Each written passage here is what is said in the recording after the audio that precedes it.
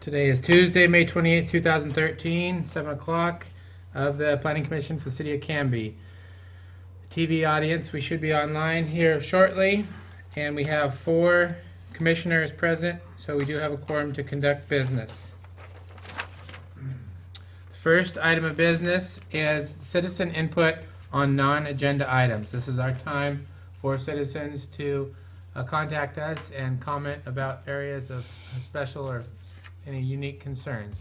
Is there anyone today that wants to give input on non-agenda items? Not seeing anyone. Okay. Today we do have a public hearing. We have a public hearing on DR 1302, which is to consider approval of a site design and review application from the applicant, whose representative is VLMK, to construct a 12,000 square foot warehouse addition for Proactive Sports at 1200 Southeast 2nd Avenue within the heavy commercial CM zone, heavy commercial manufacturing. It is part of the downtown core overlay outer highway commercial sub area of the Canby overlay zone.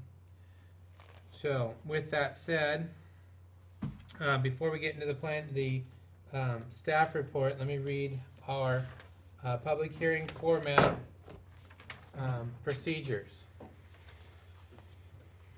This matter, pursuant to our code, requires a public hearing, the matter before the hearing body requires a public hearing. All interested persons that are in attendance shall be heard on the matter. Does not look like we have a large attendance today, so we will not specifically restrict the timelines, but if you wish to testify on this matter, please step forward to the microphone at the appropriate time.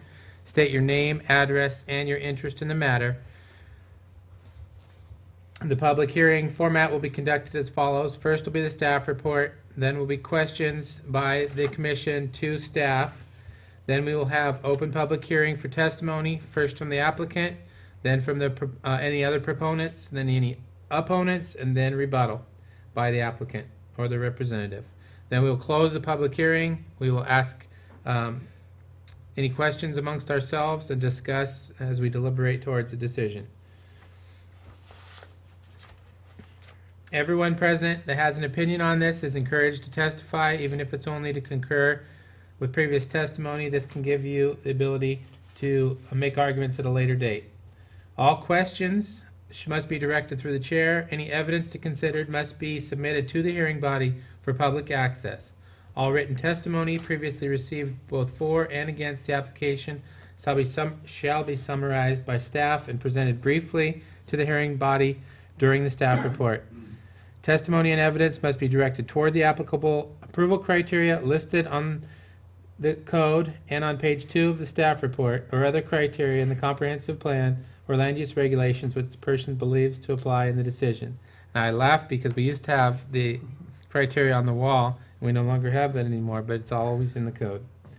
Failure to raise an issue accompanied by statements or evidence sufficient to afford the decision maker, us, and interested parties an opportunity to respond to the issue may preclude an appeal to the Land Use Board of Appeals based on that issue.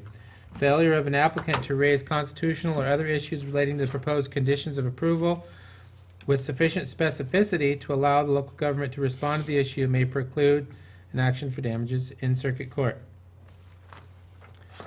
At this time, I'll ask that any member of the Planning Commission that has a conflict of interest or has had any ex parte contacts to please indicate the nature and extent of the conflict or the ex parte contact.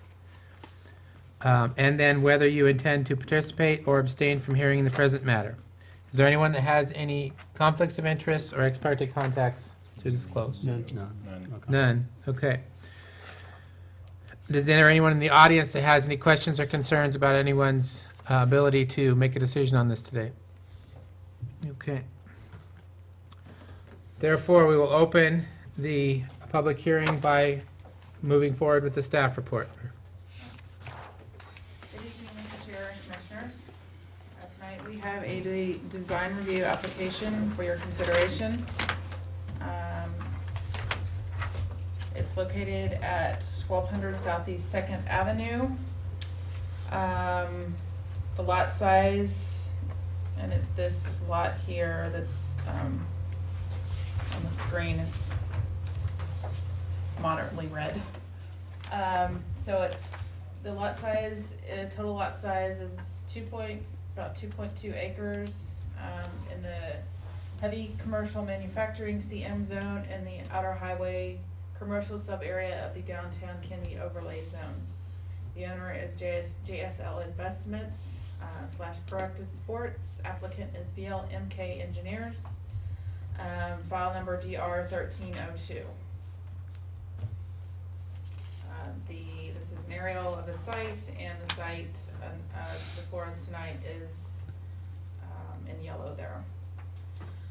Okay, so the applicant is proposing to construct a 12,000 warehouse addition right about over here to the east side of their existing building.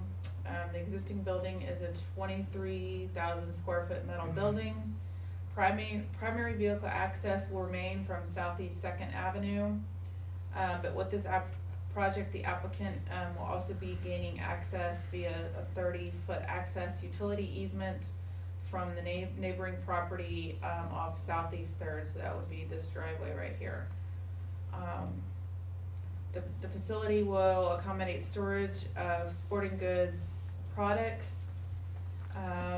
The proposed addition will match the existing building, which is a pre-engineered metal building. Structure will consist of concrete floors and metal frames. We've received 3 agency comments, no citizen comments for this application. We've received comment from Canby Utility Board, and they have expressed concerns over the impacts of there's a water line along this access road, and they have expressed concerns about the truck weight on that water line. So we'll discuss this a little bit more later, but that's one. The city engineer also has concerns over this and has commented on the ability of this driveway off 3rd to accommodate large trucks. He's accepted that it can handle 55-foot trucks, but he's still unsure about 65-foot trucks, which the applicant's proposing to use, and I think that they'll probably be able to talk about that and the water line issue a little bit more. Maybe some more has transpired since this staff report.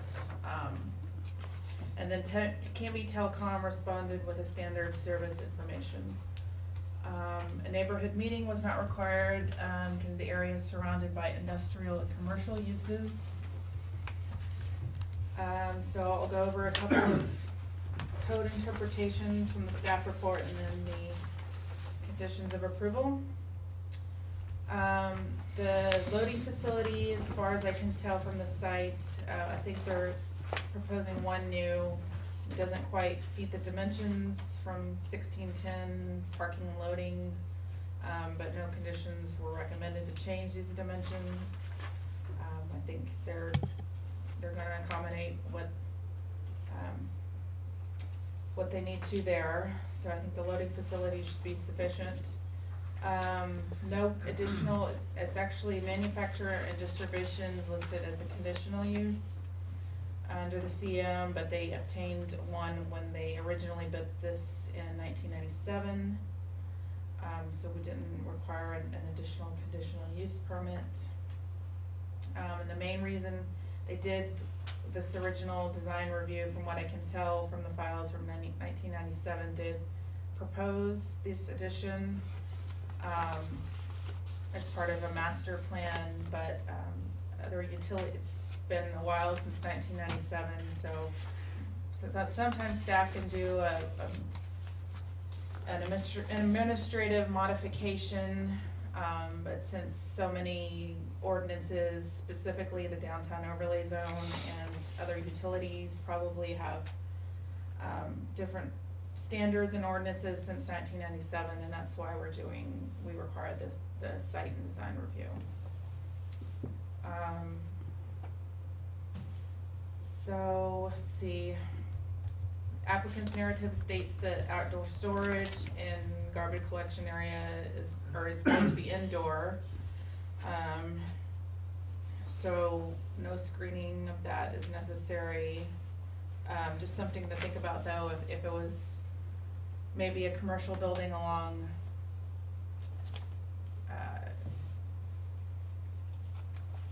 the highway or something, if they wanted to, we might require or want to require screening area just for a future tenant, but I think since they're doing a screened garbage area, but since it's gonna be indoor, I think we don't need to do that, and this is site is away from any street facade, so. And along those lines, a lot of the overlay zone standards were found to be not applicable because this building will be in the back of the site and it's not along a facade. So a lot of the architectural facade building, architectural bays, entries and doors, all that architectural stuff was found to be not applicable. Same with the roof slope standards that are part of that zone.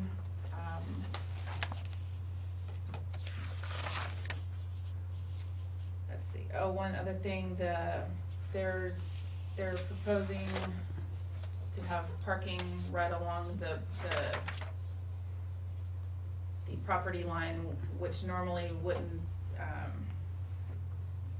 wouldn't work very well to have parking along the property line, but the CM zone does not have any setbacks. There is a landscape strip standard, but this works because it's along the proposed access road there, but that's something slightly unique to this.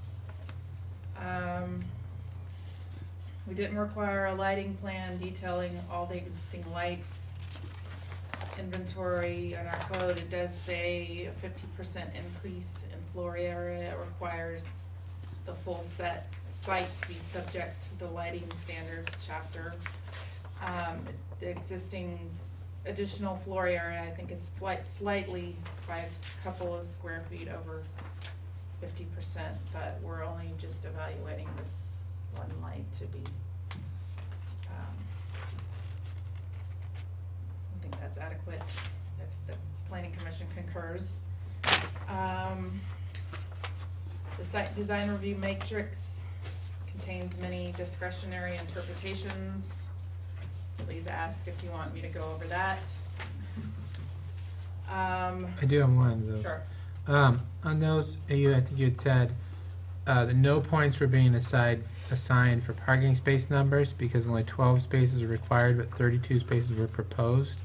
To me, if they're providing more than is even required, they should get maximum points on that. I think that table's trying to encourage less parking for pedestrian friendly, less impervious area,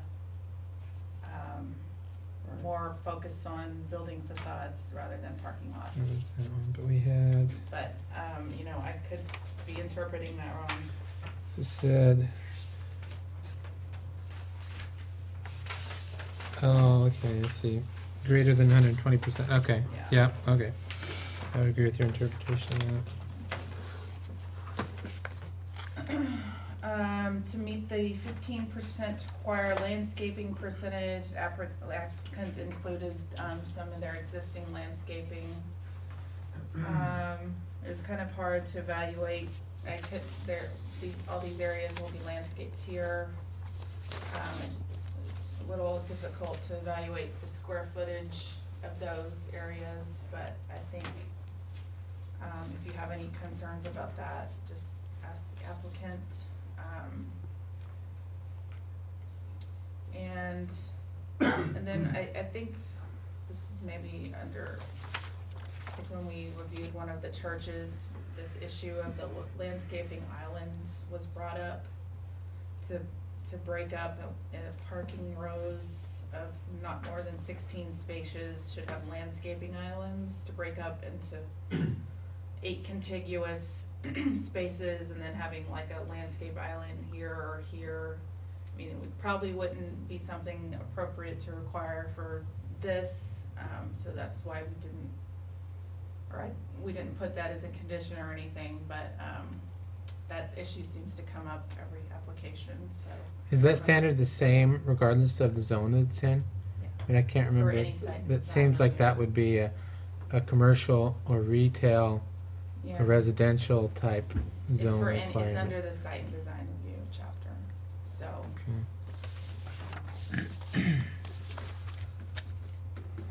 And then we have a lot of site circulation, pedestrian provisions in there. I think this is not really a public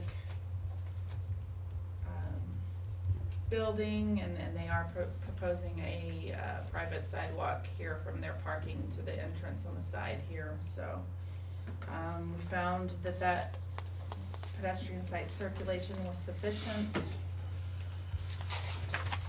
DKS did perform a traffic scope and found that a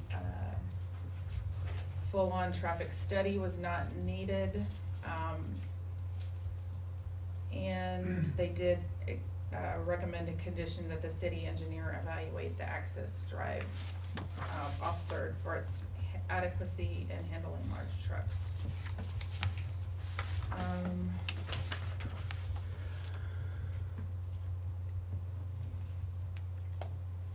And then when I was looking at this, it was, I think I said in the staff report, it was unclear if the sidewalk and curbing over here was public or private, but I think now looking, after I wrote that, now looking, it's clearly private, so I guess when it was originally developed, public improvements weren't required.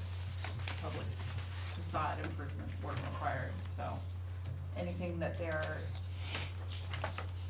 appears from the site plan, where it's located here along Second, the existing appears to be private sidewalks and curbing there. So this is a picture of the driveway. We did recommend in condition number 8 that the city engineer evaluate the driveway for all proposed trucks. Would be that the driveway is appropriate for all proposed trucks. We didn't specify in the staff, in the condition, if you condition to start on page 30 of your packet, so I'll start going over those now. So on condition number 8, we just said the city engineer shall give final approval. I guess the question is, do we want to be more specific to say he's given approval up to 55 feet? And I think the applicant proposes to use occasionally 65 feet. Maybe they have a proposal of how a 65-foot truck could maneuver that. But I guess the concern is damaging the curbing if a truck wasn't able to fit into that driveway. So I guess that would be the question. And do we want to specify that on number 8, truck length? And then I did put an email from Hassan Ibrahim. There's just been a discussion that's going back and forth about that. So that would one big thing that would need some discussion. Staff would recommend for discussion, and then the other would be the water line issue. You know, how far does the city need to get involved with this is the question. It is Cub's water line. They've expressed concerns. You know, it's how we did on condition number 9. We specified that they should work with Canby Utility Board, and maybe they have some more updates of what's any discussions that have occurred since this staff report. But I guess how much do we want to get involved with that? And I guess it's also calls into question Cubs. Maybe it's a Cub enforcement issue. You know, I don't know, or we've discussed, you know, we don't know how far the city can really take this. So, but it is something we wanted to bring up. So that's what 8 and 9 are about, and the conditions. 1 through 5 are standard procedural. 6 is providing the city with the joint access driveway agreement copy. 7 is comply with city engineer conditions of approval, which are basically 8 and 9 as well. Number 10, the parking areas shall contain parking bumpers or wheel stops. I believe they all have them, but a couple of them couldn't quite tell, so hopefully that should be not an issue. The proposed parking lot should meet the lumen standards of table 1643. Standard landscaping conditions, bicycle parking conditions, and then standard procedural from 18 through 20.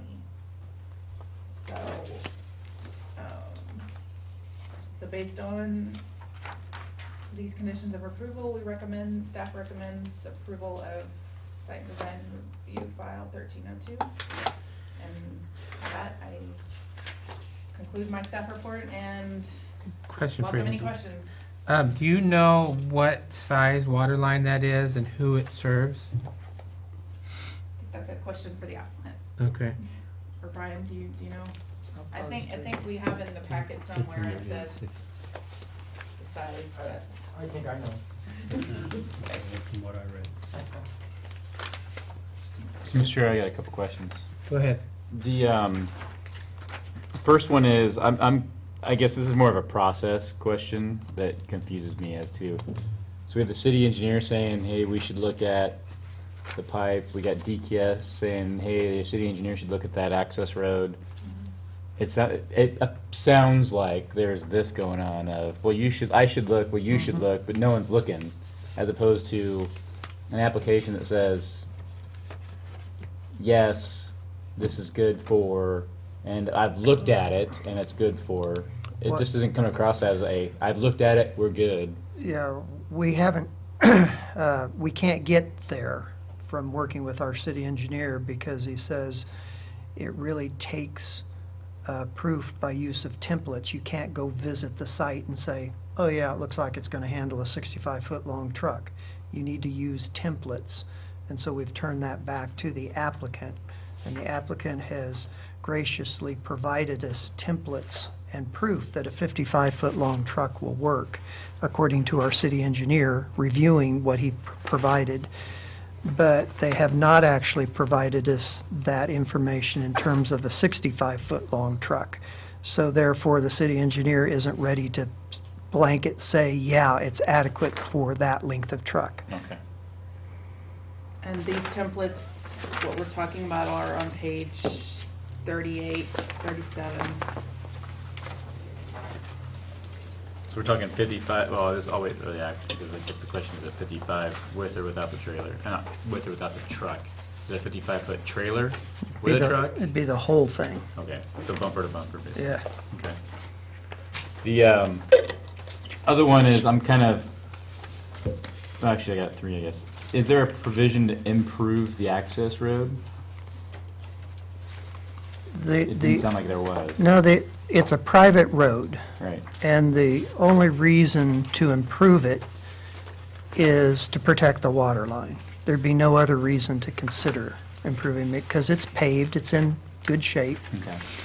But there's a question about the standard to which it was built and the depth of the water line and whether that will protect the water line. And if it doesn't, and as a result of the truck traffic using that, and it damages the water line, then I guess, in my way of thinking, the fact that it was brought up as a potential issue is going to put the responsibility potentially on this applicant if there should be a problem that develops.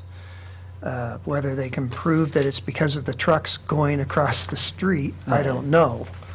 But that's the issue is, you know, we want to utilize our best knowledge that we have of what it takes to bury a proper, you know, a city main the proper depth under the proper standard of street paving to protect it.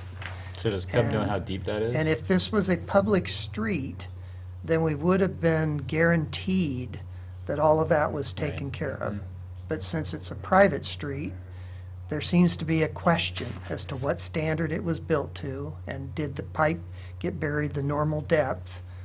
And none of those questions are really adequately answered because it's all private.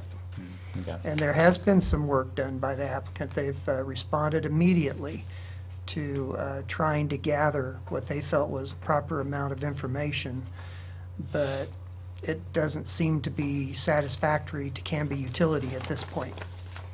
And there's where we're getting in the middle between a different agency, since it's not our water line. Brian, in your, one of your emails, you had said there is a water line exhibit. Is that this? Is this the Yes. water line exhibit? Okay. So then the last question I got, Angie, is can you go back to the actual, yes, thank you. Read my mind there. Good aerial. So down here, that's existing parking right there, right? So that's not, that wouldn't be addressed, that's not being adjusted at all. No. Okay, so the only parking that's in consideration that would be waiving the landscaping would be this Buffer. back here, Yeah. right? Okay. Gotcha. Thank you. Which is technically off their property. Well, I think the It's parking just was the- on the property, it's just the Like, access yeah, to that's the right, parking yes. was gonna be Yeah. the issue, right? And normally, if this was somewhere else that didn't have this access road here, you wouldn't be able to put parking right on Right. the property line. Anyone else have any questions? Should we move on to the applicant? Okay, let's open the public hearing up for the applicant. Sir, would you like please step up to the microphone, grab a seat, state your name and your address or business address for the record there. I'm Bill Lambert, VLMK Engineers, 3933 Southwest Kelly Avenue, Portland, 97231. I think you did a great presentation, Angie. Probably have better boards to look at than I do. But one thing I think that may help is, I don't know if you guys can see all of this or not, is a little bit of color to what it is that we're proposing. As Angie stated, it's existing metal building. We're proposing a new metal building that would match the existing in color and heights and materials. But the issue that was talked about a little bit was the landscaping. We do have a landscape island in this area over here. It's pretty small, and that one picture you had up there earlier kind of showed it all gray, so it's hard to tell that there's actually landscaping in there. We have landscaping islands on each end of this parking, in the middle and on the end. The other green area is existing landscaping that's going to remain. This large area of parking here is existing. We haven't proposed to change any of that. So, in regards to public access, we're going to be striping from our private sidewalk over to the public sidewalk to gain additional access off of that public sidewalk. And the big issue that seems to keep coming up, the two issues, I guess, is in regards to access. Brian and I have gone back and forth with emails that I provided with him. The template that shows a truck coming in off of 3rd Avenue, which is going to be the flow of traffic. They're going to be coming from 99th. Right now, they come down 2nd and use this dock. They're going to come down to 3rd and come up here and use this dock and go out 2nd Avenue. So the templates that I presented were all of them coming off of 3rd Avenue. I thought I provided a 65-foot truck turning template.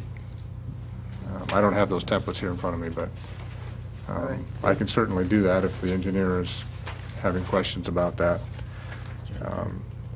I don't believe, I mean, the owner can speak to size of truck, but I don't believe they're going to be using 65-foot trucks right now. We're trying to plan for the possibility of in the future getting a tenant over here that may use 65-foot trucks. So that was the whole reason for coming up with that, because that's pretty standard over the road truck. So, and then the issue in regards to the water line, basically the road is built to standards. The city was okay with that. It's kind of known that you need to have 3 foot of cover for water line, and that exhibit that you have in your hand over there shows that we've got 3 foot of cover here and 3 foot of cover here, but it dips down due to grading of that road to about 28 inches instead of 36. So that's kind of the area that's in question of whether we have enough adequate cover to protect that water line. The owner has talked with Canby Utility about basically replacing the pipe from a plastic pipe to a cast iron pipe. Canby Utility says that they are the only ones that can do that. We can't get our own contractor to do that, and they're going to charge 16 grand to do that. So it is an area of contention, but you know, I guess if it's going to have to be done, it's going to have to be done. That's for you guys to decide whether they have the authority to tell us to do that. And I think that was the only other areas that I remember, other than the reason we had to have design review. This process, I believe, was because of the metal building is not allowed in this zone. It was allowed when we built the project originally. But we are proposing to do metal building just to match the existing building. So, if you guys have anything to add. Can you tell me what address, who does that water from that water line service? Does it stop at this building, or does it serve others after? Well, I think it goes back here to this vacant lot, so I don't know that it's necessarily serving. You know? Yeah, I don't believe it was laid, I guess, because they thought they might build back there, but it doesn't service. Yeah. Future development. There's sanitary and water underneath here that I think end back here, because this is a vacant lot. So what I'm most concerned about, if there's, you know, some sort of dispute there, or if it's not remedied right away, who are we putting at risk, or what are we putting at risk? If, you know, you guys are the only ones back there that's using it, well, and it's your water line. Right. If I recall, in the pre-application meeting, Canby Utility Water indicated that with this project, they are going to loop that water line through Yeah, your they're parking going to lot. require us to run our line ends here at this fire hydrant. They're going to require us to extend this over and tie this in to loop the system. So I guess ultimately, yeah, it's going to be serving anybody and everybody around us, so, including ourselves. And that loop part will be in the area where you pointed to it being Yes. only 28 inches The low deep. area is right in here, and Okay. that's where we're going to be tapping into. So the southern part there of Yeah. the looped area would be Yeah, still this only is what we're 28 inches extending, deep. is across this new area, right? Okay.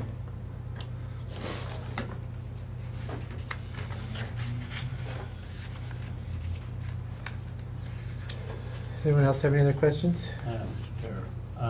If that water line is gonna, in a sense, stop and loop there, then if you, was there any possibility, I read something in here about hooking up another water line to this new building? Would that be then extended down and hook into that building? Well, we're not proposing any new water lines. The fire sprinkler system will extend off the existing building. Okay. The Canby Utility has just requested of us at the pre-app to extend this over here to provide a loop system for them, which would possibly increase the water pressure. So there's a good possibility that the trucks wouldn't even actually run over any of that area, then only that when it goes across the Well, driveway? the existing line that's in here now, trucks Yeah. would be running over that roadway, because that's going to stay there, but unless they make us replace it. Do you know how long that existing line has been there? How long it's been Yeah. there? Was that installed for the original development of the first building there, or do we No, do you have any I idea? think it was done as part of this. And I can't- it's not on the property, so. Yeah, it's not on our property. I just remember that the city provided us with some drawings that showed this roadway and those utilities being done, but I don't remember the dates on the drawing. But that will be the primary access now, where currently it's not the primary access? Is that the Right. shift? Well, primary, it's not the primary. Okay. Yeah, It's only for trucks using those two docks. yeah. Really, the bulk of their use is still going to be off of Second Avenue. It's just if they're going to be using this dock, they're going to come in and back into that dock. And then head straight out Second Avenue. So really, the bulk of their business is still going to be coming and going off of Second Avenue. Sure. Go ahead. So what you're saying is the dock that's being used now is still going to be used the same way? Correct, So you're not going to add traffic that's already going in and out of there? It's still going to come off Second Street? correct. Okay, okay. Okay.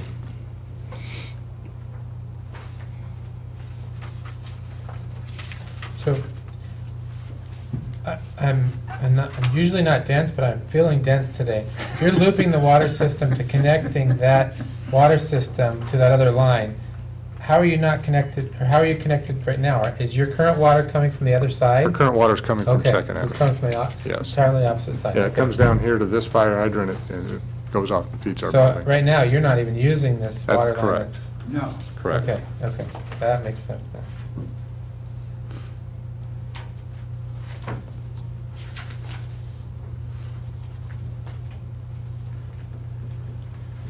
Anyone else? Okay, anything further from you? We'll move to any other proponents that you, the people that are speaking in favor.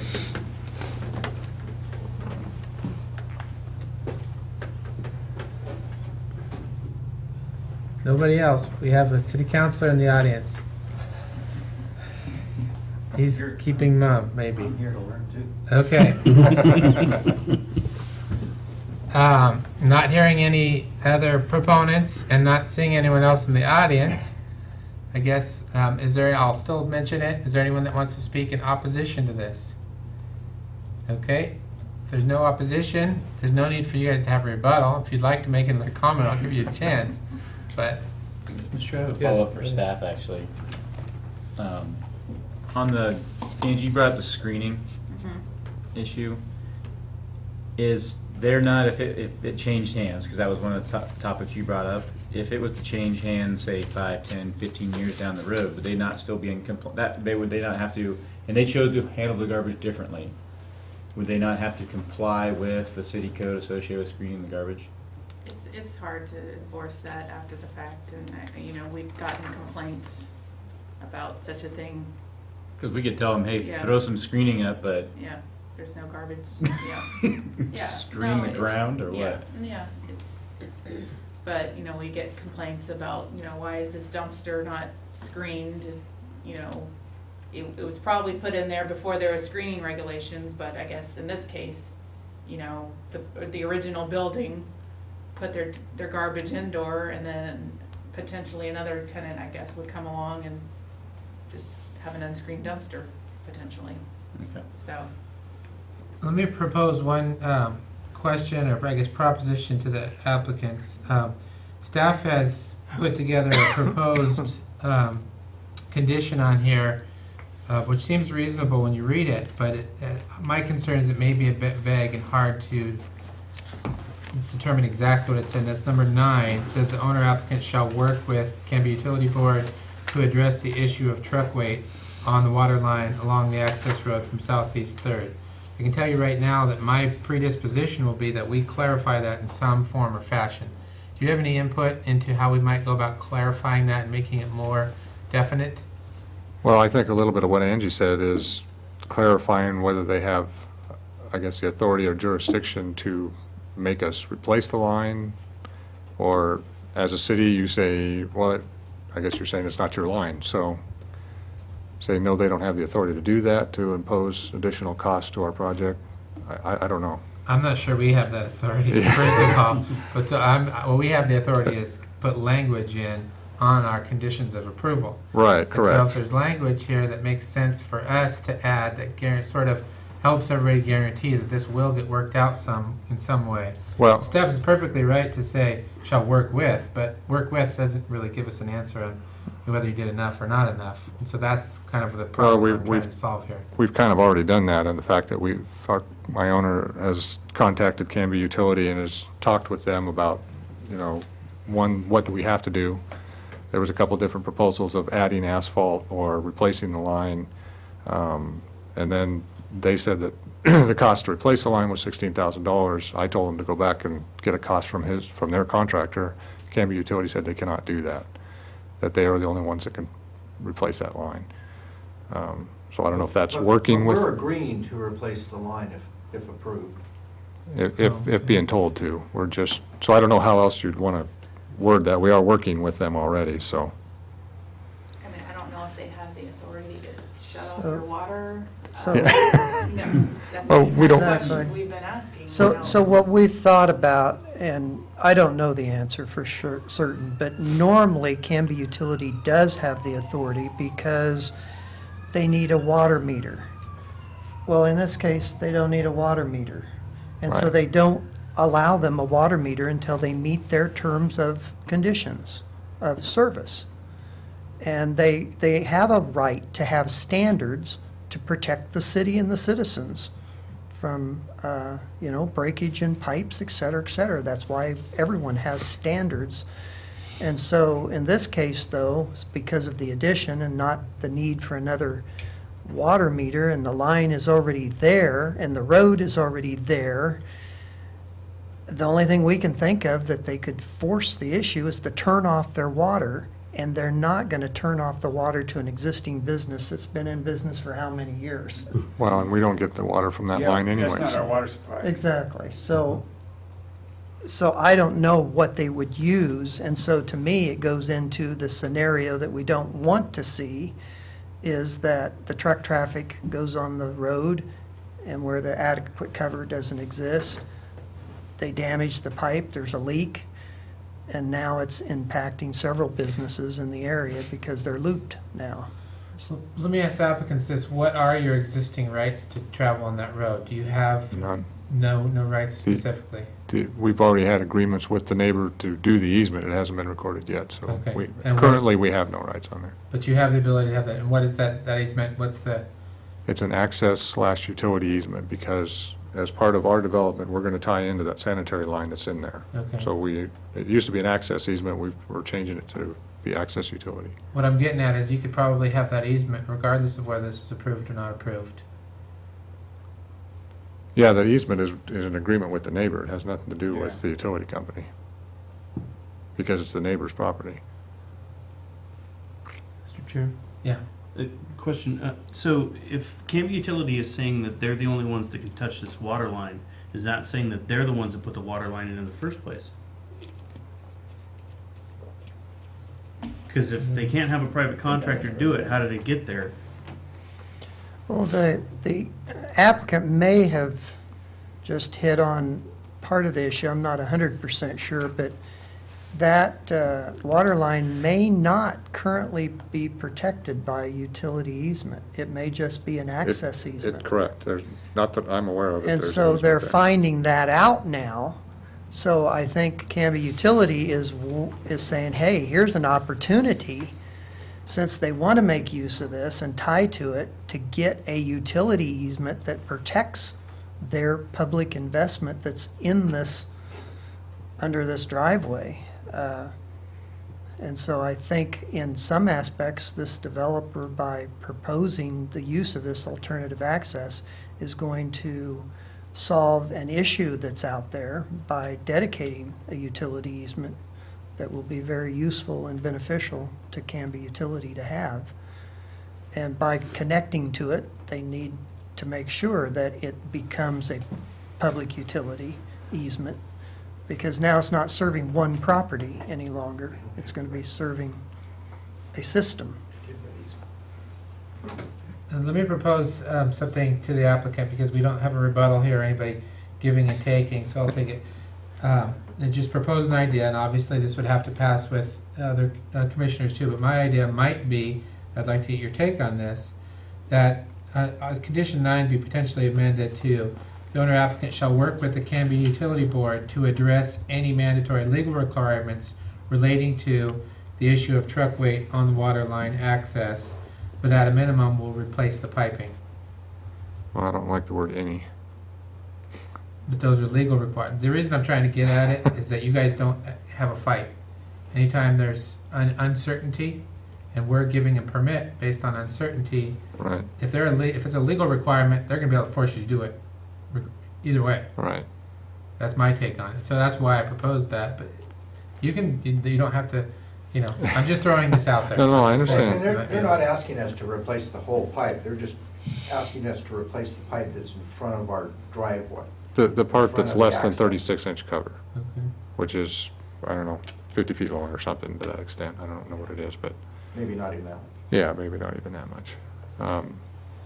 So there's a couple questions, at least from my perspective, is that who would be liable if that pipe was to break because the trucks are driving across it, Right. and then who's got and then it goes back to Commissioner Hensley's question is, okay, if they're the only ones that can work on it, but it's private property, something there's not clicking for me. They would have but an easement, They may, sure yeah, for they may or a may not. pipe run through there. I think the big question is, it needs to be written in a way, I completely agree with the chair, and it needs to be written in a way that basically draws out, hey, if there's a legal issue, it needs to be addressed prior to the permit. Because without Canby Utility Board sitting here telling us, we put the line in, or we didn't put the line in, Right.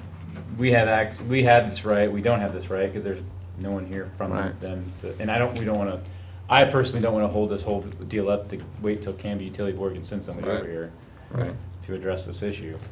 Well, and I don't think we're at a point of not doing the project or whatever, but, you know, Right. we're willing to comply, I guess, so to speak. Obviously, we don't want to do more or pay more than we have to, but, I mean, I'd be even. but at the same token, I don't think we want a broken pipe on our hands either, so. That's what I was gonna say. I'd be even content saying, it's one of those things of, hey, either fix it before it breaks or fix it Yeah. when it breaks. Which one do Yeah. you want to take?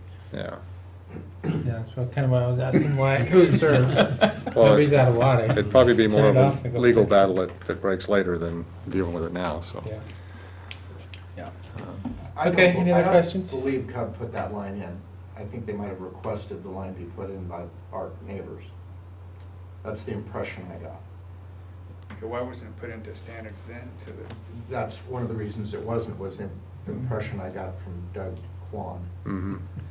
was they put it in during construction, but, and I'm assuming by request from Cub, but Cub was not on site Doing it, yeah. or specifying That might be a cut. Yep. construction. but it's zoned, it's zoned the same as ours, which is heavy use, and it should have been installed to,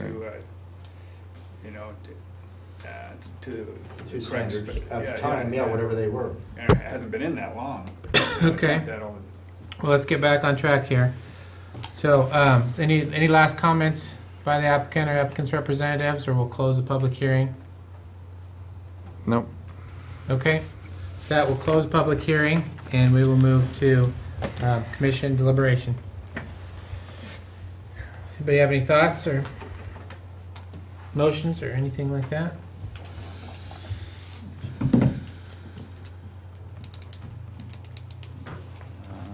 My only thing I see is that water line, and it should be protected some way or another for the applicant and for us. And Kevin then should come up with a definite who's responsible if there's something wrong with the line, or if they break the line, who's gonna be responsible. And I agree. I'd throw some of my language out there, but if the applicant isn't concerned about any mysteries coming up, then woe is me from telling them they need to be concerned about something that may not be a concern. So I'm fine with staff's recommendations on these. There's, I obviously the water is a concern, but if they work with them and address that to their sufficient concerns that they're not going to become liable or for something, then I guess that would satisfy it. Especially since nobody besides them is currently being served. Well, they're not even being served by that area, and nobody past them is being served by that right now. Yeah, but when they loop it, they're gonna have, then it does have the impacts. My understanding from what Brian was saying, I'm no water engineer, but once you loop all that stuff together, and if it was to break, then there would be secondary impacts to others. We're not requiring them to loop it though. No, they're not. Was that a from requirement us. from Cub? Is that what I was hearing? I'm not aware that that was a requirement. Part of the. Yeah, it was. I mean, that was what they indicated was necessary to adequately serve the community, is to loop the water line with this project. So you have to take, if this is the difficulty in most cities across the state and elsewhere, the city is in charge of water and sewer. Here, we have that separated with a different agency. If it was the city asking for their normal conditions and terms for water service, I don't think there'd be a question that, hey, we requested a looping because we need that looping to adequately serve the citizens with pressure requirements. Then they're going to do that. Once they do that, we need the rest of the line to be in a utility easement, so they made that a condition of approval as well. Brian, can you point us to the conditions that were recommended in the 5/8, 2013 that say where it would be looped? I'm not sure that I saw that. That would probably be stated in the minutes of our pre-application meeting, is that it? Right, I mean, that was something that was, it's not in our conditions of approval, it would be something separate with Cub. Are you referring to the pre-app? Well, in our minutes, or- findings, in our proposed findings from staff, it says, in addition to the above conditions, the applicant shall comply with the conditions of approval recommended by the city engineer, Hassan, dated 5/8/2013. The only submittal I can see from him on 5/8/2013 Okay, is this with the 4 things. It doesn't say let me anything find about that. the... It should be in your pre-app notes. There is on the first page, for Mr. Kwan, I'll loop the system for the fire hydrants, but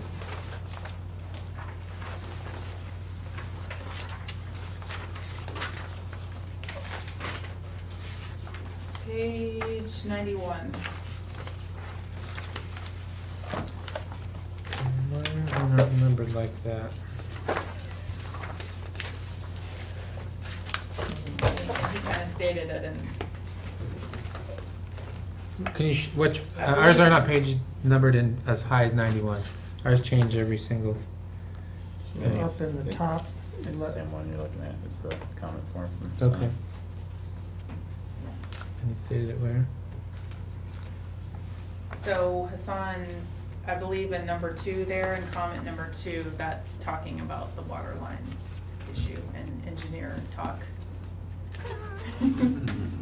Well, yeah, kind of a roundabout way of, right, don't you agree? Okay. My point earlier by trying to clarify that language, I'm not a big fan of us presenting an applicant with conditions of approval that they don't understand or haven't been written out for them. And if I can't even figure out where they're, you know, if the utility board or the utility staff has recommended a particular condition of approval, great, fine, but the applicant should have the, you know what it is.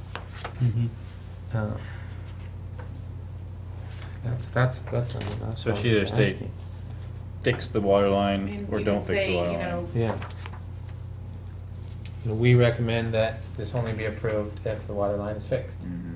Something concrete so they know what they've got to comply with. Right. in our engineer, yeah, his wording was manufacturer design parameters. That, I don't know, but I that mean, wouldn't we necessarily we say you're weren't- looping it. We weren't given specific Yeah, language. Can I ask a Well, as a question? planner, that's how I would word it, fix the water line, right. Yeah. you know, in accordance with Canby Utilities requirements. Chairman, can I ask a question? Sure, go ahead. I just got this report today, so I haven't absorbed it completely, but if something is brought up to us in the pre-app, and that's where the looping of the line was brought up, and it's in the pre-app notes, but it's not a condition of approval here, we still have to do it, correct? No. We were told in the pre-app that we had to loop the line, but it's not listed in the condition of approval here, we don't have to do it. Yeah, What you have to do is you have to comply with the conditions of approval From the staff report. that are adopted by us if we adopt something. Okay, The problem then becomes why I was saying that it needs to be clear, why I was suggesting you come up with language. If it's unclear, if we have a reference, and we do, staff drafted a finding here on page 24 of the staff report, which is well-written, then it cross-references conditions of approval recommended by city engineer, And then, and those are 4 things, and so there's vagary. and we also have a standard vague condition that, they'll meet the condition number 2, comply with standards of applicable outside utility agencies. right. So I was going to mention that. That's how we normally That you're required to comply with all the conditions of approval that the planning commission places on a land use approval, in addition to all ordinance requirements and agency policy standards. And so we can't possibly write all the agency's standards and stuff. And so that was that's a code why, requirement.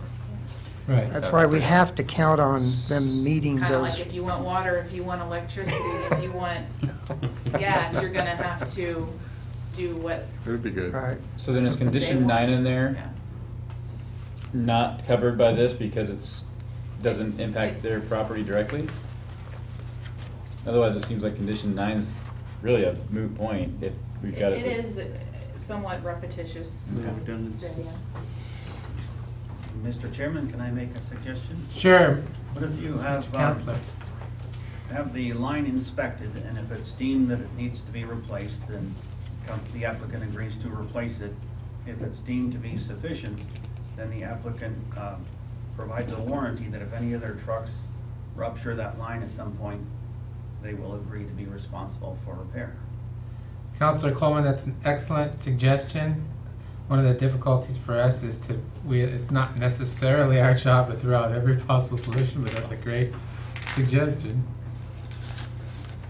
Well, the line has been checked out, and we hired a geoengineer to do the depth test. That's where you got that exhibit that you got there, was from him. But the standards call for 3 feet, not 2 feet, correct? I don't know what their standards call for, just kind of the known national standards. You get 3 feet of cover over water lines. No, I'm just going off of the Yeah. condition 2 approval, which is comply with all standards of all applicable outside utility Right. and regulatory agencies, including Canby Utility Board. And if their standards is 3 feet, their standards is 3 feet. Right. Yeah, but we're not increasing the depth, we're changing the pipe from plastic to Well, cast iron. that's the other thing, is if you're less than 3 feet, the pipe's got to be cast iron. I think condition 2 covers it personally. So would you suggest? I would suggest that we strike condition 9. So are we back to and just the go with- issue that we do have to loop the line, based on what Cub is telling us in the pre-app? Because that covers other agencies? I mean, that's my understanding, I just want to make sure. Yeah, I think you're right, condition 2 actually takes care of it. Condition 9 was just Right, yeah, I agree. try to be more specific, but Yeah, I would strike 9, and if they, if Canby Utility Board, they're the experts on, on that topic area, if they've got some quoting standard, that applies there, then you're gonna have to comply with, all other standards and comply. It's So just I like think we item just leave it 4. that way. It's just like item 4 that says we have to comply with all the DEQ stuff. Yep, Yep. yeah, I exactly mean- the same. You don't list all those out, we just know we got to do it. Right. so. If they've got a legitimate legal requirement on, Yeah. for this, then you gotta Okay. follow it. Okay, any other discussion? I'm good. Okay, is there any motions or thing like that? Some chair, you guys need to do that. Mr. Chair, I move that we approve. Where are we at? Which one? Site and design review 1302 as submitted, except for striking line number 9, which states the owner applicant shall work with the Canby Utility Board to address the issue of truck weight on the water line along the access road from Southeast 3rd, as I believe that is covered under condition 2. Is there a second? I'll second it. Cooker? Okay, there's a motion and second. Is there any discussion about this motion further? Not seeing any further discussion. All those in favor of the motion to approve staff's findings with the exclusion of condition number 9 signify by saying aye. Aye. All those opposed signify by saying nay. 4 in favor, the application is approved, subject to those conditions. Congratulations. Many happy golf balls. May you- Thanks for coming in for just us, too. It's our pleasure. Speaking for myself. It's your pleasure. Okay. Next, we have no new business presented. None of the commissioners presenting any On the spot, new business. Final decisions. We have a final decision that needs to be signed or something. Why is that one separately on here?